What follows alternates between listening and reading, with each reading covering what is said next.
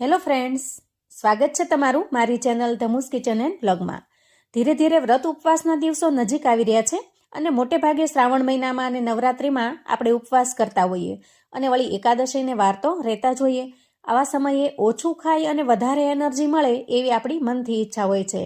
તો આજે આપણે સાબુદાણાના ઉપયોગથી રેસિપી બનાવી છે જે પેટને ભરેલું રાખશે અને શરીરમાં શક્તિ પણ રહેશે. ઓછી મહેનતમાં બનીને તૈયાર થશે અને ટેસ્ટી એટલું કે ઘરમાં બધાને ખૂબ જ પસંદ આવશે. સૌથી પહેલા આપણે અહીંયા અડધી વાટકી જેટલા સાબુદાણા લીધા છે. હવે આપણે આ સાબુદાણાને નથી પલાળવાના કે નથી બાફવાના. સિમ્પલી આ રીતે એક મિક્સર જાર લઈશું અને સાબુદાણાને એમાં ટ્રાન્સફર કરીશું. અહીંયા સાબુદાણાને મેં જોઈ એકદમ સરસ ચોખ્ખા કરી અને લીધેલા છે અને કોરા નેપકિનથી થોડા લૂછી પણ લીધા છે જેથી એના ઉપરની જે કાંઈ ધૂળ માટી ડસ્ટ હોય એ નીકળી જાય. હવે ઢાંકણ ઢાંકીશું અને સાબુદાણાને સરસ રીતે પીસી લઈશું. જુઓ, અહીંયા સાબુદાણાને પીસી એનું ટેક્સચર આ રીતે થોડું રવા જેવું થઈ જાય ત્યાં સુધી પીસી લેવાના છે. હવે આપણે એક મિક્સિંગ બાઉલ લઈશું અને ક્રશ કરેલા સાબુદાણાને એમાં ટ્રાન્સફર કરીશું. ત્યાર પછી સાબુદાણા કરતાં અડધા શિંગદાણાને આપણે સરસ રીતે શેકી લેવાના છે. આ રીતે શેકીને મેં તૈયાર કરી લીધા છે. એની ઉપરની સ્કીન કાઢી લઈએ. આ રીતે ક્રશ કરી લેવાના છે. હવે ક્રશ કરેલા શિંગદાણાને આપણે સાબુદાણાની અંદર ઉમેરી દઈએ અને સરસ રીતે મિક્સ કરી લઈએ. તો આજના ફરાળી ગોટા ખૂબ જ ઇન્સ્ટન્ટથી અને ઝડપથી તૈયાર થશે. નહીં તમારે સાબુદાણા પલાળવાની ઝંઝટ કે નહીં બટેકા બાફવાની. બસ મન થાય એટલે ફટાફટથી તમે 7 થી 8 મિનિટમાં બનાવીને તૈયાર કરી શકો છો. હવે મિક્સિંગ બાઉલને આપણે સાઈડ પર મૂકીશું અને એક મોટી સાઈઝનું બટેકું લઈશું. તમારી પાસે જો મીડિયમ સાઈઝના બટેકા હોય તો તમારે અહીંયા 2 નંગ જેટલા બટેકા લેવાના છે. પણ અહીંયા આજે મારી પાસે એક મોટું બટેકું છે જેથી મેં અહીંયા એક બટેકાનો ઉપયોગ કર્યો છે. બટેકાને એકદમ સરસ રીતે ધોઈ અને ચોખ્ખું કરી લીધું છે અને હવે એના ઉપરની છાલ ઉતારી લઈએ. છાલ ઉતારીને તૈયાર કર્યા પછી બટેકાને એક વખત સરસ રીતે પાણીથી ધોઈ લઈશું જેથી એના ઉપર જે કાંઈ ધૂળ માટી કચરો હોય એ નીકળી જાય. અને હવે ધોયા પછી બટેકાને આપણે રફલી ચોપ કરી લઈએ.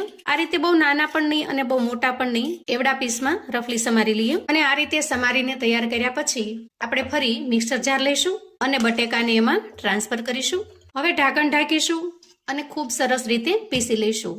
તો અહીંયા ખાસ એ વાતનો ખ્યાલ રાખવાનો છે કે બટેકાને પીસતી વખતે અત્યારે એમાં બિલકુલ પાણી ઉમેરવાનું નથી. હવે જુઓ, અહીંયા બટેકા આ રીતે ક્રશ થયા છે.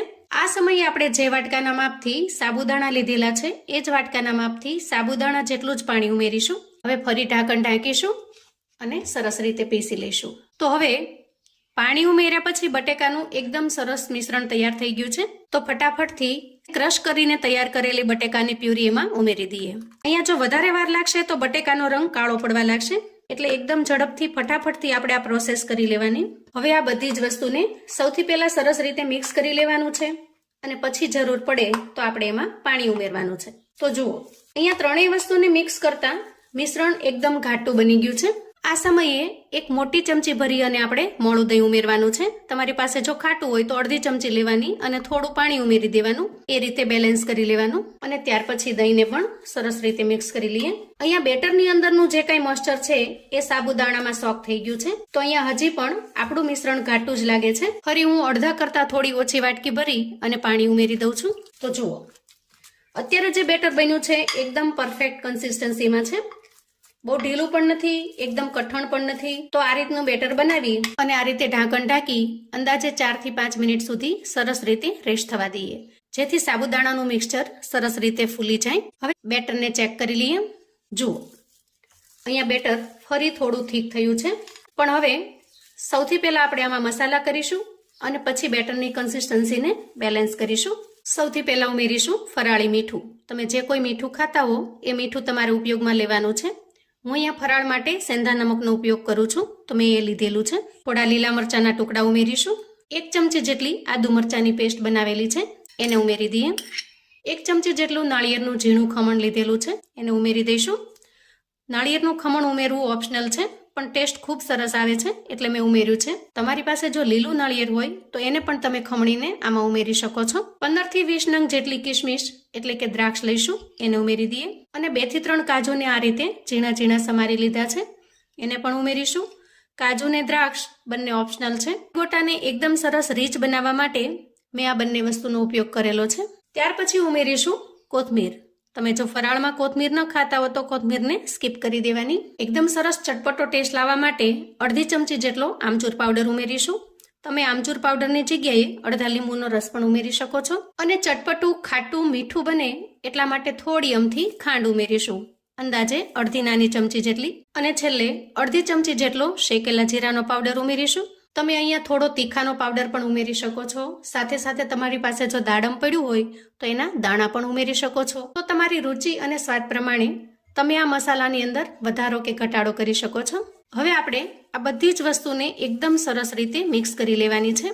તો અહીંયા ચમચાની મદદ ન લેતા હાથથી જ મિક્સ કરી લઈશું, કેમ કે આ રીતે હાથથી મિક્સ કરીશું તો બધું એકદમ સરસ રીતે મિક્સ થઈ જશે. તો જુઓ, અહીંયા આપણું મિશ્રણ એકદમ રેડી છે અને એકદમ પરફેક્ટલી કન્સિસ્ટન્સી પણ બરાબર છે. આ રીતે બહુ ઢીલી પણ નહીં અને સાવ કઠણ પણ નહીં, એ રીતની કન્સિસ્ટન્સી આપણે રાખવાની છે.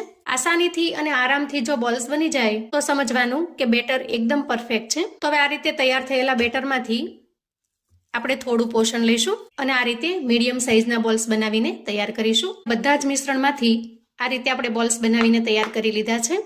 હવે આપણે ગેસ તરફ જઈશું અને હવે ગેસ ઓન કરીશું અને ગેસ ઉપર એક અપ્પે પેન મૂકીશું. અહીંયા અપ્પેના બધા જ બોક્સની અંદર આપણે થોડું થોડું ઘી ઉમેરી દઈએ. આજનો નાસ્તો આપણે ફરાળ માટે બનાવી રહ્યા છીએ એટલે હું અહીંયા ઘીનો ઉપયોગ કરી રહી છું. તમે ઘીની જગ્યાએ તેલનો પણ ઉપયોગ કરી શકો છો. હવે અપ્પેમાં ઘી થોડું મેલ્ટ થવા લાગે આપણે તૈયાર કરેલા બોલ્સને ઉમેરી દઈશું. આ નાસ્તાને તમે ડીપ ફ્રાય પણ કરી શકો છો અથવા તો શેલો ફ્રાય પણ કરી શકો છો, પણ એકદમ ઓછા તેલમાં ખૂબ જ હેલ્ધી બને એ રીત મેં તમારી સાથે શેર કરેલી છે. હવે આ રીતે અપ્પેની અંદર ઉપર અને નીચે બંને એકદમ સરસ ક્રિસ્પી થાય ત્યાં સુધી આપણે શેકી લેવાના છે. નીચેની સાઈડ ક્રિસ્પી થઈ જાય એટલે આપણે એની સાઈડને ચેન્જ કરી લેવાની છે. ખાસ કરીને વચ્ચેના જે બોક્સ છે ને એમાં ખૂબ ઝડપથી થઈ જાય છે, તો સૌથી પહેલાં આપણે એની સાઈડને ચેન્જ કરી લેવાની. તો જુઓ, અહીંયા ગોટાને આપણે બધી જ બાજુ સરસ રીતે અલટાવી પલટાવી અને ખૂબ સરસ ગોલ્ડન બ્રાઉન કલરના થાય ત્યાં સુધી શેકી લીધા છે. ગેસની ફ્લેમને આપણે અહીંયા બંધ કરીશું અને તૈયાર થયેલા ગોટાને એક પ્લેટમાં કાઢી લઈએ. તો મિત્રો, જો મારી આજની મહેનત તમને થોડી ઘણી પસંદ આવી હોય તો વિડીયોને એક લાઇક ચોક્કસથી આપજો અને ચેનલ પર જો નવા છો તો પ્લીઝ ચેનલને સબસ્ક્રાઇબ કરજો અને વિડીયોને તમારા સગા સંબંધી મિત્રોને પણ શેર કરજો જેથી તેઓ આ ફરાળી વાનગી બનાવી શકે. કોમેન્ટમાં મને ચોક્કસથી જણાવજો મિત્રો કે રેસિપી તમને કેવી લાગી છે. ફરી મળીશું એક નવી રેસિપી સાથે. ત્યાં સુધી આવજો મિત્રો.